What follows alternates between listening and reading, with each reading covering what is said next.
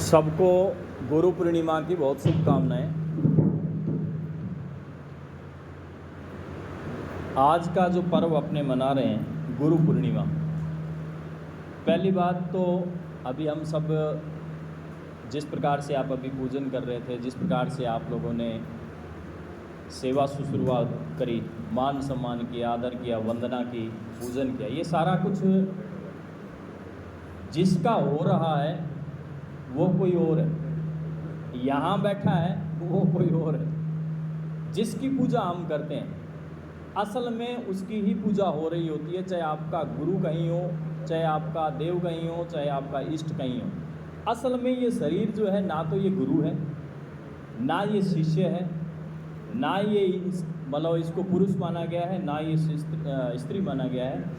ऐसा शास्त्रीय वचन है ये, पूरे तरह संतों के और शास्त्र के वचन है ये, कि जिसकी अभी आप पूजा कर रहे थे, तो पूजा किसकी कर रहे हो आप? ये जो पूजा हो रही है ये पूजा उस भगवान की हो रही है, उस सत्व गुण की हो रही है, उस धर्म की हो रही है, उस सत्य की हो रही है, उस धर्मनिष्ठा की हो रही है, उस श्रद्धा की हो रही है, जिसका मतलब ये होता है कि किसी भी प्रकार से अधर्म पर ना चल पाएँ, जिस प्रकार से किसी अन्याय का कार्य ना करें, जिस प्रकार से हम किसी ऐसे कार्य में संलग्न ना हो जिनसे किसी को पीड़ा हो, किसी को कष्ट हो।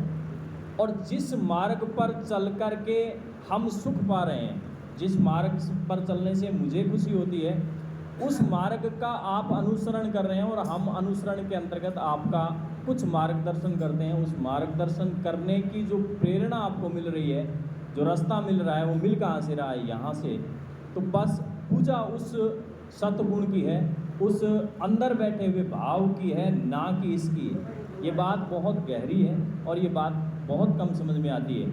हम इंसान को ही देखते रहते हैं, काला सफ़ेद, किसी भी कलर का हो, किसी प्रकार का, छोटा है, पतला है, मोटा है, ये सब कुछ है। ये इंसान ऊपरी जो ढांचा है, ये तो मकान बिल्डिंगें हैं सारी की सारी। असल में हम किसके पास जाते हैं? उस बिल्डिंग के पास में नहीं जाते हैं, भीतर जाते हैं। जैसे मकान है, किसी का कितनी अच्छी बिल्डिंग हो सकती है, 2 मिनट के लिए हम प्रभावित भी हो सकते हैं, लेकिन असल में हम मिलने जाते हैं, वो उस भीतर रहने वाले से मिलने जाते हैं। ऐसे ही इस बिल्डिंग में, ये जो बिल्डिंग है, हमारा शरीर रूपी बिल्डिंग है, ये गुरु नहीं है, ना ये गुरु है, ना ये पूजनीय है, ना ये वंदनीय है। ये एकदम से क्लियर कट संत और शास्त्रों के वचन हैं। तुलसीदास जी ने विनय पत्रिका में बड़ा ही मार्मिक इसका चित्रण किया है। विनय पत्रिका बहुत सारे यहाँ बैठे हुए साधकों ने पढ़ रखी होगी। तो विनय पत्रिका के अंदर चाहे रामचरितमानस की बात करें, इन ग्रंथों में जो लिखा है उसमें, खासकर विनय पत्रिका में क्लियर कट हर लाइन में उन्होंने लिखा है कि मैं तो इतना अधम हूँ, इतना नीच हूँ, इतना पापी हूँ, इतना मेरे में कोई गुण है ही नहीं, फिर भी भगवान जो है आप मेरे पे कृपा करते हैं, जिससे मेरे को दास बना रखा है, मैं आपका चेला हूँ। जबकि तुलसीदास जी की स्थिति भगवान के समान थी। भगवत जो है एकदम से उनमें सब लोग जो है भगवत दर्शन करते थे, ऐसी अच्छी स्थिति में थे। बावजूद इसके उन्होंने पूरी किताब भरी है विनय पत्रिका, और पूरी विनय पत्रिका में आप उसकी एक एक लाइन पढ़ेंगे तो चाहे वो कृष्ण को कह रहे हैं, चाहे वो राम को कह रहे हैं, दोनों ही जगहों पर वो हमेशा ही अपने आप को अधम, नीच, पापी, क्रूरगामी, अरे एक ऐसे ऐसे जो शब्दों का इस्तेमाल कर रहे हैं जो गालियाँ ही गालियाँ मानी जाती हैं। हम जब जैसे कह देते हैं ना किसी को, तुम तो बड़ा विद्रमी है, तू तो बड़ा क्रूर है, तू तो बड़ा नीच है, ये शब्द हमें कोई कह दे या हम किसी को कह दें तो 2 मिनट में हम लठ निकाल लेंगे, कहेंगे जी क्या कैसे दिया हमें। तुलसीदास जी का जिस ग्रंथ का हम अनुसरण करते हैं, जिन हम इन ग्रंथों का और जिन आदर्शों को हम मानते हैं, संतों को मानते हैं, जो परम गुरु है, जो गुरुओं के भी गुरु है, क्योंकि जिनके मुख से शास्त्र प्रकट हुए हैं, जिनके भीतर से ज्ञान ऐसा प्रकट हुआ कि इसको आज हजारों सालों बाद में भी हर एक घर में, हर एक संत ने, एक सिद्ध ने, इवन भगवान ने जिनको साक्षात दर्शन दिए, जिनकी भगवान ने खुद ऋचाएँ लिखी, जिनके पद पूरे कराने में भगवान ने स्वयं ने अपना योगदान दिया, खुद के द्वारा उनके पद, कोई पद छूट जाता था ना उनका, तो पद पूरे करवाए में भगवान ने कि ये लाइन ऐसे लिखनी, भगवान ने स्वयं ने लाइनें लिखी है। रामचरितमानस में कुछ लाइनें छूट गई, हनुमान जी लिखते हैं, हनुमान जी स्वयं उनकी वो लाइनें पूरी करते हैं। ऐसे जो सिद्ध संत थे उन्होंने भी अपने आप को सब कुछ माना। असल में पूजा किसकी है? ना इस शरीर की है, क्योंकि हम अभिमानवश हो जाते हैं, कई बार हमें अभिमान लग जाता है, या कई बार इसमें भाव भी आ जाता है, ईर्ष्या का, द्वेष का भाव भी आ जाता है। कई बार हम पूजित होकर के अपने आप को अभिमान समझने भी लग जाते हैं। तो ये इसका कोई भी कार्यक्रम है नहीं, क्योंकि अगर भीतर अभिमान है, अगर भीतर द्वेष है, अगर भीतर घृणा है, अगर भीतर क्रोध है, अगर भीतर वासनाएं ही वासनाएं हैं, अगर भीतर अहंकार है, तो इसके अंदर पूजा हो ही, इसकी बाहर से पूजा हो ही नहीं सकती। मूर्ति जो मंदिरों में स्थापित है, अपने जितने भी मंदिर हैं इनमें सब में मूर्ति स्थापित है। पत्थर कौन सा होता है? किसी में आपके जोधपुर का पत्थर ले रखा है, किसी ने कोटा का पत्थर लिया होगा मार्बल, किसी ने अजमेर का पत्थर मार्बल में लिया होगा, यही तो लेते हैं। और यहाँ पर मूर्तिकार भी बैठे हैं, बहुत सारी फैमिली मूर्तिकारों से भी। तो मूर्तिकार करते हैं क्या? पत्थर वही तो लाते हैं, ये पड़े रहते हैं, ढेर के ढेर पड़े हैं। उस पत्थर को उन्होंने उकेरा, उन्होंने बनाया, उन्होंने ऊपर से कर दिया, तो वो तो एक स्वरूप दे दिया। इसलिए कि देखेंगे क्या मंदिर में जाकर के, आप गणेश जी मंदिर में जाकर के अपने हाथ जोड़े किसके आगे? भी जोड़े किसके आगे? कृष्ण जी के मंदिर में चले जाएं और वहाँ मूर्ति हो ही नहीं, कुछ नहीं हो, तो हम जोड़े किसके आगे? हम ये जानते हैं कृष्ण बड़े अद्भुत हैं, बड़े अलौकिक हैं, बड़े उनमें जो है बड़ी भागवतिक शक्तियाँ हैं, वो इस संसार के मालिक हैं, संसार सारा इनसे चलता है, वो परम वैष्णव है, वो परम शक्ति है, वो परम चेतना है, वो परम ब्रह्मा है, उन्हीं से हम सृजन होता है, हमारा संरक्षण वही करते हैं, सृजन वही करते हैं, विनाश वही करते हैं, सब कुछ करते हैं। लेकिन कृष्ण की वहाँ पर मूर्ति ना हो, गोविंद देव जी वाले मंदिर में मूर्ति नहीं हो, पूजेंगे किसी? तो अब कौन पूजेगा कहाँ पर? तो हम में भी 3 प्रकार के लोग होते हैं। एक तो बिल्कुल अधम नीच, जिनको इसका अज्ञान, जिनको मूढ़ कह सकते हैं, अज्ञान कह सकते हैं। तो अधिकांश हम लोग इसी तरह से आते हैं, हम लोगों में ऐसी स्थिति रहती है। तो हम किसके प्रति आकर्षित होंगे? हम उस मूर्ति को देखा, बड़ी सुंदर मूर्ति लगा रखी है, तो मूर्ति की तरफ टिके, मूर्ति को देख करके मूर्ति का भाव किया, मूर्ति के अंदर हमने भगवान को देखने का प्रयास किया। धीरे धीरे धीरे उस मूर्ति के द्वारा, उस पत्थर के द्वारा हमें भीतर उतार लिया गया। और मीरा जी बताते हैं कि मूर्ति के अंदर समाहित हो गई। बहुत सारे सिद्ध संतों का भक्तमाल कथा में वर्णन आता है कि उन संतों का मूर्तियों में विलय हो गया, भगवान ने उनको स्वयं खोज लिया। बहुत सारे ऐसे जगन्नाथ जी के उदाहरण हैं, बहुत सारे ऐसे बांके बिहारी के उदाहरण हैं, बहुत सारे ऐसे कृष्ण जी के विभिन्न स्वरूपों के हैं, चाहे शंकर भगवान के विभिन्न स्वरूपों के हैं, कि मूर्ति खड़ी होकर के साथ चल पड़ी। चलिए, मूर्तियाँ साथ चली है। ये जो मूर्तियाँ पहले चली किनके साथ हैं? जिन्होंने भाव कर लिया कि ये मूर्ति नहीं है, ये इसके भीतर जो बैठा है वो तो भगवान बैठा है, मूर्ति है ही नहीं है। उन्होंने उनको साथ ले लिया कि चलो जी आज मेरी गवाही देनी है ना। ये उदाहरण है कि नहीं? कमलेश जी आता है, सुना है कि भगवान गवाही देने के लिए उसके साथ चल देते हैं। कौन साक्षी था? कि जी ये मूर्ति साक्षी है, उस समय ये मूर्ति साक्षी। तो अब आज मेरी शादी है, कहा कि पंडित जी ने कह दिया कि मैं तेरे साथ में लड़की की शादी कर दूंगा। वो पंडित जी बाद में कारणों से मुकर गए। मुकरे क्यों गए? उसके पास में कुछ था नहीं। साक्षी कौन? कहिए गोविंद देव जी, भगवान साक्षी थे। ये वृतांत है पूरा। अब क्या तो पंचायत वालों ने कहा जी उसको बुला के ले आओ, जो भी तेरा साक्षी है वो यहाँ आकर के गवाही देंगे तो हम तेरी शादी जिससे करा देंगे, जब बाप माने के ना माने। ठीक, जाकर के उनको कहा, सच्ची श्रद्धा से कहा। उन्होंने कहा कि तू पीछे मत देखना, तू चल। वो चला है, मूर्ति पीछे आ गई, मूर्ति पीछे आ गई। उन्होंने उसकी गवाही दी है, बाकायदा वहाँ पर उपस्थित होकर के गवाही दी है, और गवाही दे करके वो बाद में शादी हुई। ऐसे हज़ारों वृतांत, एक नहीं हज़ारों हैं।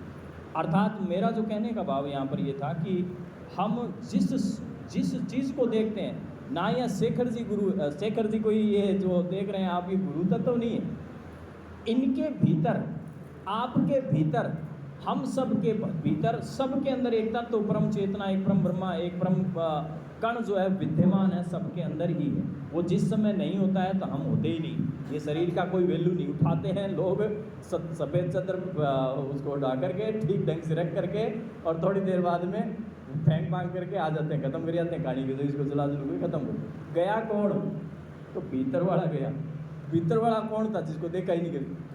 बाहर वाला तो बैठा ही है, बाहर वाले को तो कोई रखने के लिए तैयार नहीं। भीतर वाला देखा नहीं, भीतर वाला चला गया, बाहर वाले की कोई वैल्यू नहीं। ना आँख की वैल्यू, ना कान की वैल्यू, ना शरीर की वैल्यू, ना हाथ की वैल्यू, ना पैर की वैल्यू, कोई वैल्यू नहीं है।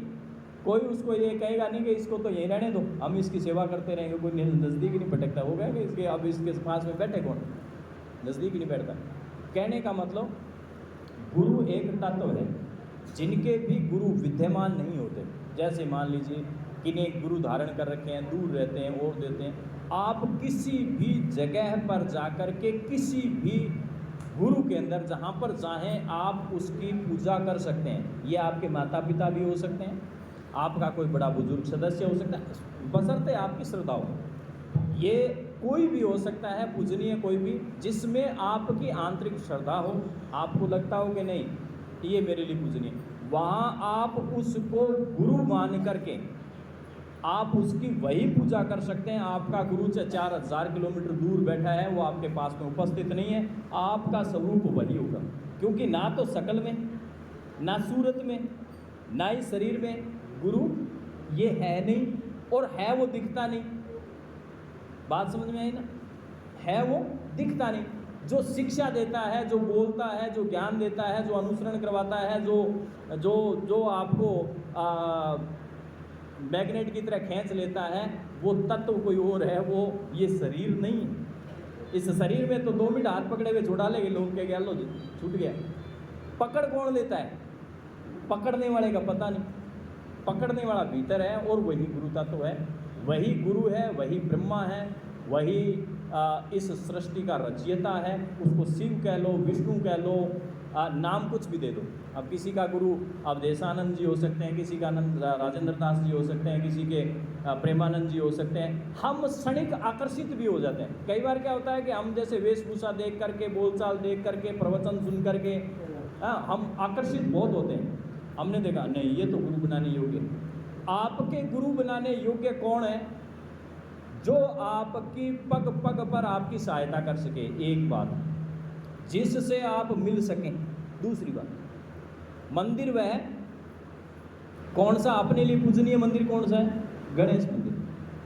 क्योंकि हमारे नज़दीक हम जाएंगे, जची उसी समय जाकर के गणेश जी के पैर पकड़ के बैठ जाएंगे, मेरे तो ये काम करना है, गणेश जी मेरे घर में शादी है आपको आना है, गणेश जी हमारे आज सोमवार है, गणेश जी मेरे ये पीड़ा आ गई, गणेश जी मेरे ये होगी। तो अपने नज़दीक जो भी मंदिर हुआ वो मंदिर हमारा सबसे पूजनीय मंदिर होता है। अब उसमें भाव आप गणेश में किसके कर सकते हो? बांके बिहारी के, गोवर्धन नाथ के, गोविंद देव जी के, सालासर के, किसी के भी आप गणेश जी को सालासर वाले बालाजी मान करके पूज सकते हो। ऐसे संत वचन है, क्लियर कट है, ये कोई किंतु परंतु नहीं है, क्लियर कट है। तुलसीदास जी चले गए वृंदावन चले गए। अब क्या जी, मैं वो पुजारी किसके? राघव के, भगवान राम के पुजारी, वो तो वहाँ ही पूजे क्या जी यहाँ, क्योंकि उनके मित्र थे नंददास जी। नंददास जी महाराज ने कहा कि जी आप आ जाओ, आगे ठीक पहुँच गए, हाथ जोड़ दो भगवान के कि जी मैं तो ना जुड़ूँ और मैं पूजा नहीं करूँ। क्यों? कि जी ये धनुष बाण धारण करे तभी तुलसी जो है उनके आगे हाथ जोड़े, मस्तक ये तो वहीं झुकेगा जहाँ पर वो धनुष बाण धारण करे। भगवान कृष्ण को धनुष बाण धारण करके और राम रूप में आना पड़ा। ये है वृतांत, पूरा वृतांत। और वहाँ हालांकि ऐसी स्थितियाँ खैर बहुत कम संतों की, बहुत सिद्धों की जो होती है। यहाँ पर भी बहुत सारे ऐसे सिद्ध संत आदमी सामान्य वेशभूषा में भी महिलाएं पुरुष हो सकते हैं जिनकी ये स्थिति है। यहाँ पर है इसी शेखर योगपीठ में मेरे से ऐसे 5-7 साधक मिले हैं जिन साधकों की इतनी उत्तम स्थिति है कि उन्होंने साक्षात भगवान के दर्शन किए। भगवान के दर्शन ऐसे ही किए जैसे आपके और हमारे सामने खड़े हुए बताया। हालांकि ये बातें सार्वजनिक करने की नहीं होती है और उनके नाम भी सार्वजनिक नहीं करे जैसे ऐसे महिलाएं मुझसे मिली है, बताया कि सर ये ऐसे हुआ है। अब उनको ज्ञान नहीं होता तो वो उसको अलग अलग वे में ले लेते हैं कई बार। तो कहने का मतलब ये कि चाहे वो कृष्ण हो, चाहे वो आपके शिव हो, चाहे वो विष्णु हो, चाहे आप किसी भी संत के पुजारी हो, चाहे किसी भी भक्त के, अच्छा प्रवचन सुनने में किसी को किसी से भी बुराई नहीं। आप प्रवचन किसी के भी सुने। जैसे माता पिता क्या होते हैं, एक जन्म तो आपने एक से ले लिया, अब जन्म लेने के बाद में ये जरूरी थोड़ी है कि माता पिता का ही 100% आप अनुसरण करते रहें। हो सकता है माता पिता शराबी हों, टवाबी हों, गलत हों, उनके अंदर नेचर ही गलत हों, तो क्या हम उनसे शिक्षा ले सकते हैं? लेकिन क्या जन्म दूसरे से ले सकते हैं? नहीं ले सकते, वो जन्म तो उससे हो गया।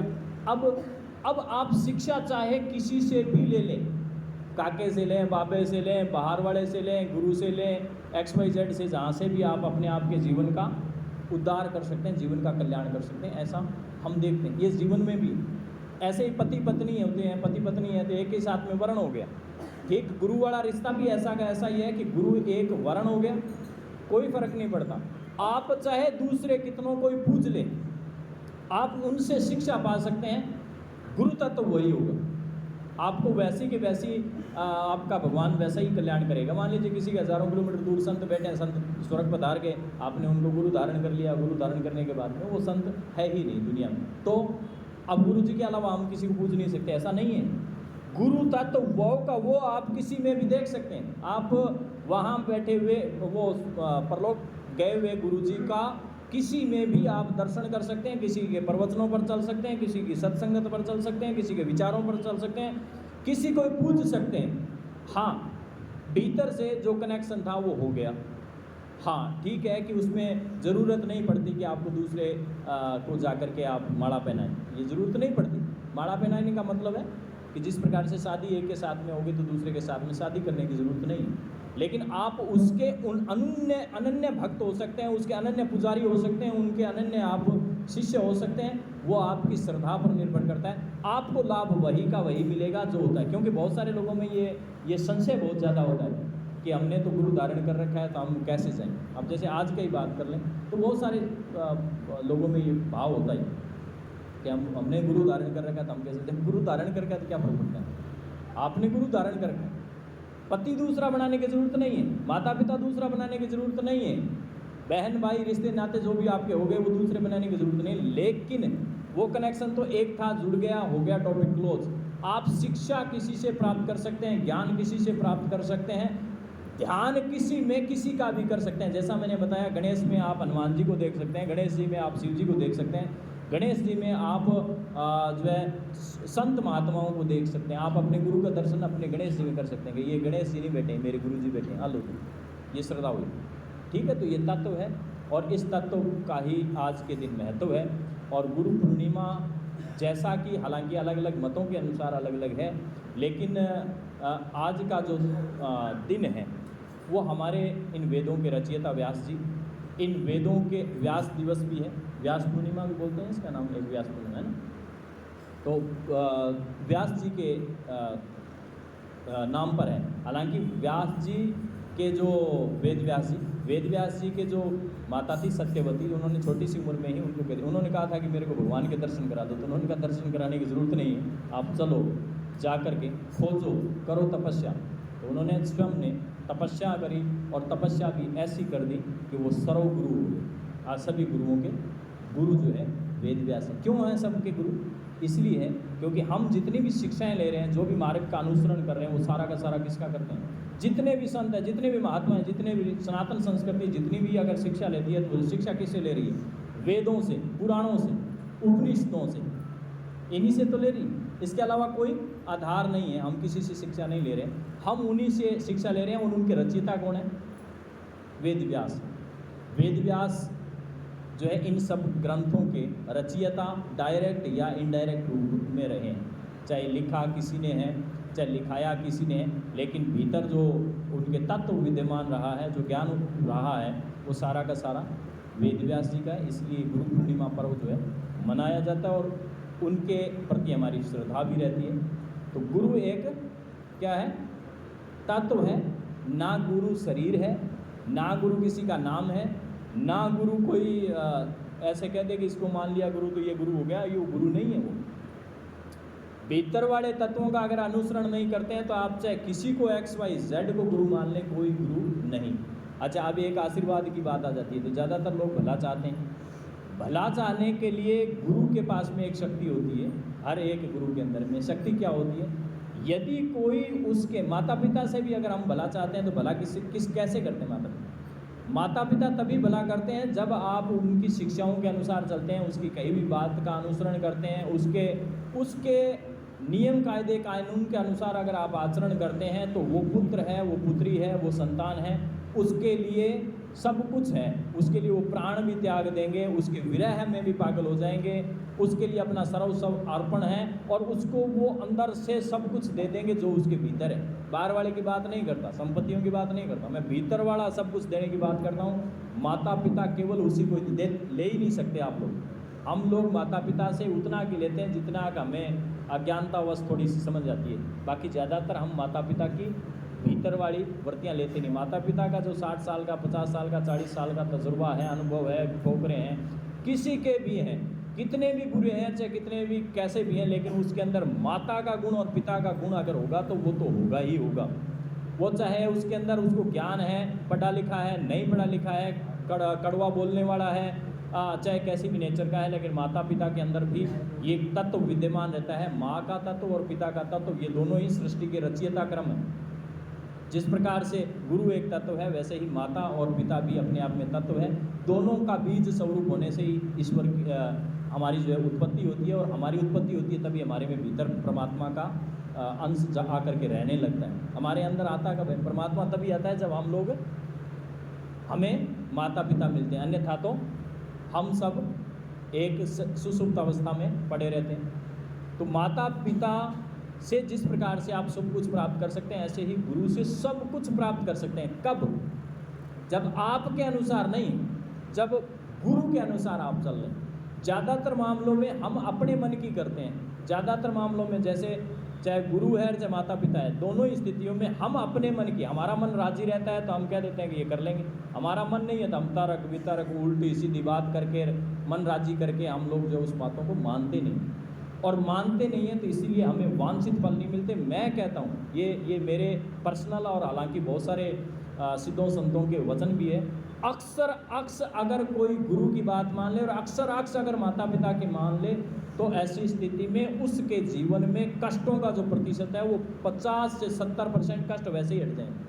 50 से 70% कष्ट हट जाएंगे। इसमें कहीं कोई गुंजाइश नहीं है। कोई कहते हैं कि गुंजाइश है, नहीं। हम बाद में उन कष्टों को झेल कर फिर कहते रहते हैं, जी ऐसे तो पापा भी कह रहे थे, ऐसे तो मम्मी भी कह रही थी, ऐसे तो मेरे को गुरुजी ने भी कहा था। लेकिन हम मानते नहीं, हम मन की राजी, जो मन में जचती है, मन को अच्छा लगता है, वही करते हैं। ऐसा ही पति पत्नी में है, वो भी वहाँ पर भी एक तत्व है। पति पत्नी के रिश्तों में भी सेम तत्व विद्यमान है, वो भी गुरु तत्व की तरह है, पूजनीय तत्व है। लेकिन अधिकांश मामलों में पत्नी अपनी चलाती है, पति अपना चलाता है। दोनों के अपने अपने मन है, उनके मन में जैसे इच्छा होती है वैसा वो सोचते हैं, वैसा वो करने का प्रयास करते हैं। उनको लगता है पति कुछ नहीं जानता, पत्नी को लगता है पत्नी कुछ नहीं जानती। दोनों ही भीतर के तत्व की तरफ ना तो आकर्षित होते हैं और ना ही उनको पता चलता, और जीवन भर संघर्ष चलता लास्ट में कहानी खत्म हो जाती है। क्योंकि सबके अंदर शरीरों में भेद हो सकता है, विचारों में भेद हो सकता है, कर्म में भेद हो सकता है, तत्व में भेद ना तो हुआ है ना होने की संभावना है। ऐसा क्लियर कट गुरुओं ने, संतों ने, सिद्धों ने लिखा है। तत्व कौन से बता गए? तो राजसिक, सात्विक और तामसिक 3 वृत्तियाँ बता रखी है। पंच महाभूत बता रखे हैं कि सब में पृथ्वी तत्व होगा, जल तत्व होगा, वायु तत्व होगा, अग्नि तत्व होगा और आकाश तत्व होगा ही होगा। सप्त धातुएं सब में होगी, बुद्धि सब में होगी, मन सब में होगा ही होगा, अहंकार सब में होगा ही होगा। ये सारे जो है मुख्य तत्व बता रखे हैं, 24 तत्व बता रखे हैं सांख्य दर्शन के अनुसार। इन तत्वों का सबके अंदर ही है, चाहे कोई स्त्री है, चाहे पुरुष है, चाहे किस काला है, चाहे धोला है, चाहे इंडिया में रह रहा है, चाहे पाकिस्तान में रह रहा है, चाहे पूरे वर्ल्ड में कहीं पर भी रहता है, उनमें तत्व रहते हैं। और तत्व सब में समान है। वो तत्वों तक हम पहुँचते नहीं। हम जिसको तत्वज्ञ बोलते हैं, तत्व ज्ञान बोलते हैं, तत्व ज्ञान की जब बात करेगा तो मूर्ख जो होगा वो इस लेवल पर खड़ा है, वो उस तत्व ज्ञान की बात समझ नहीं सकता। थोड़ी देर में कलाबाजी, वो चुप हो जाएगा। कौन चुप हो जाएगा? जो तत्व ज्ञानी होगा, जो जानता होगा, जो ज्ञानी होगा, वो चुप। और जो मूर्ख होगा वो भाषण करेगा, उल्टी सीधी बातें करेगा, और ऐसी स्थिति में जीवन कष्ट ही कष्ट आएंगे। तो कष्टों का निवारण करना है तो अंदर के तत्व समझें। अंदर के तत्व समझ में नहीं आते तो गुरुओं से संपर्क करें। अगर माता पिता इस लायक हैं तो माता पिता से भी पूछे जा सकते हैं, मुख्य बात वो भी जानते हैं। अगर माता पिता नहीं होते तो तीसरा व्यक्ति गुरु होते हैं, वो गुरु आपको इसमें बताते हैं। चौथा गुरु इनमें से, अगर ये गुरु को भी ज्ञान नहीं है तो ऐसी स्थिति में शास्त्र और संत दोनों हमारे लिए हर जगह पर खड़े हैं। शास्त्र भी और संत भी, दोनों में क्लियर कट बातें लिखी हुई है कि असल सत्य क्या है, जिस सत्य की तरफ आपको जाना चाहिए और जिस चीज़ की तरफ आप आकर्षित हो रहे हो, जिस चीज़ की तरफ आप जा रहे हो, वो चीज़ असल में है ही नहीं। कष्ट का कारण ये तकलीफ़ों का कारण ये दुखों का कारण ये तनाव का कारण ये स्ट्रेस का कारण ये और फिर घुमा फिरा करके ये सारा मिल करके बीमारियों की जड़ है। तो आज का ज़्यादा समय खींच लिया हमने, थोड़ा भक्ति बीच में हमारी रह गई, बाधित कर दी। तो ये भाव है, सभी को बहुत शुभकामनाएं, सभी शायद इस बात को समझ पाएँ और परमात्मा करे आप सबका जीवन तत्वमय हो, ज्ञानमय हो, विद्वानमय हो, सब अपने गुरु तत्व से जुड़े, परम तत्व से जुड़े, परम चेतना से जुड़े और उस परमात्मा का सिमरण करते रहें तो वो अपने आप ही जोड़ देगा। अच्छा, इसमें एक लाइन और लास्ट वाली लाइन मैं बता दूँ कि यदि आपको कुछ नहीं आता और आपको ना तत्व का ज्ञान है, ना दूसरा ज्ञान है, ना गुरु का ज्ञान है, ना माता पिता का ज्ञान है, तो अगर आप परमात्मा का स्मरण करते हैं, ऐसा बता रखा है, अगर आप लगातार भगवान के नाम का जाप करते हैं तो भगवत नाम में ऐसी शक्ति बताई गई। तुलसीदास जी ने, तुलसीदास जी ने, वाल्मीकि जी ने, सूरदास जी ने और वर्तमान में जितने उच्च कोटि के संत आपको दिखते हैं, किसी का भी नाम ले लें, और जितने सिद्ध संत हुए हैं, चाहे आप राम सुखदास जी का नाम ले लें, चाहे अभी तक के चारों शंकराचार्यों का नाम ले लें, चाहे अभी तक के जो आपके प्रवचनकर्ता जितने भी कथावाचक चल रहे हैं, चाहे प्रेमानंद जी की बात कर लें, राजेंद्र दास जी की बात करें, अम्बरीश जी की बात कर लें, चाहे स्वामी अवधेशानंद सरस्वती की बात कर लें, या अन्य कोई भी आपको जो भी नाम प्रिय हो या जिनके भी प्रवचन आप सुनते हो, उन सबको सुन लें तो एक ही महिमा बता रखी है कि यदि आप नाम का जाप कंटिन्यू करते हैं, भगवान के नाम का कंटिन्यू जाप करते हैं, तो भगवत नाम में ऐसी शक्ति है, कंटिन्यू जाप करने के बाद, कि ऐसी शक्ति है कि वो अंदर के सारे पाप धोता जाएगा और आपको तत्व ज्ञान और अद्भुत ज्ञान, योग, सब कुछ आपके भीतर प्रकट कर देगा। सारा कुछ भीतर आपके प्रकट कर देगा। वो गुरु से भी मिला देगा, संत से भी मिला देगा, भगवान से भी मिला देगा, और जो उच्च स्थितियाँ प्राप्त हो सकती हैं उन सबको मिला देगा। कौन मिला देगा? भगवान का नाम। और यही कीर्तन जिसकी हम चर्चा करें, नाम कीर्तन, ये जिसको अभी हम कर रहे हैं, कीर्तन पे भगवान रिश्ते हैं, नाम पे भगवान रिश्ते हैं, सेवा पे भगवान रिश्ते हैं, दया पे भगवान रिश्ते हैं, दान पे भगवान रिश्ते हैं। ये सारे भगवान को रिझाने के तरीके हैं। भगवान की चाहे सेवा न करें, अगर आप दूसरों की भी सेवा कर देते हैं तो भगवान रिझ जाते हैं। ऐसा भी पूरी तरह से मत संतों के और शास्त्रों के मत हैं। तो आज के ज्ञान के लिए और यहाँ आप सब लोग आए, सुना, उसके लिए उस परमात्मा का धन्यवाद। और ये जो पूजा, ये जो अर्चना करी है, ये पूजा अर्चना मेरी नहीं है, ये भगवान की है। मैं इसीलिए थोड़ा नर्वस भी हो जाता हूँ जब भी मेरी कोई पूजा अर्चना करते हैं, ऐसा करते हैं, तो मेरे मन में नहीं होता है कि कोई मेरी पूजा करे, कोई अर्चना करे, क्योंकि ये अभिमान का जनक है और इनसे अभिमान आ ही जाता है। इन अभिमान से फिर आपके भीतर जो है वो मेलापन पैदा होने लग जाता है। अभिमान से फिर अहंकार, अहंकार से फिर वासनाएं, इच्छाएं, बहुत सारी उल्टी सीधी कर्म पैदा हो जाते हैं। बड़ा मुश्किल है इस बर्तन को धोने में लगे हुए हैं रोज़ाना, दुखता नहीं है, इसमें मैल बहुत है, लगे हुए हैं, लेकिन थोड़ा बहुत फिर ये अहंकार का मैल आ जाता है, पूजित होने से मैल आ जाता है। तो ना तो पूजित है, ना ही इतनी सामर्थ्य है, लेकिन परमात्मा तो थोड़ा बहुत भीतर आया है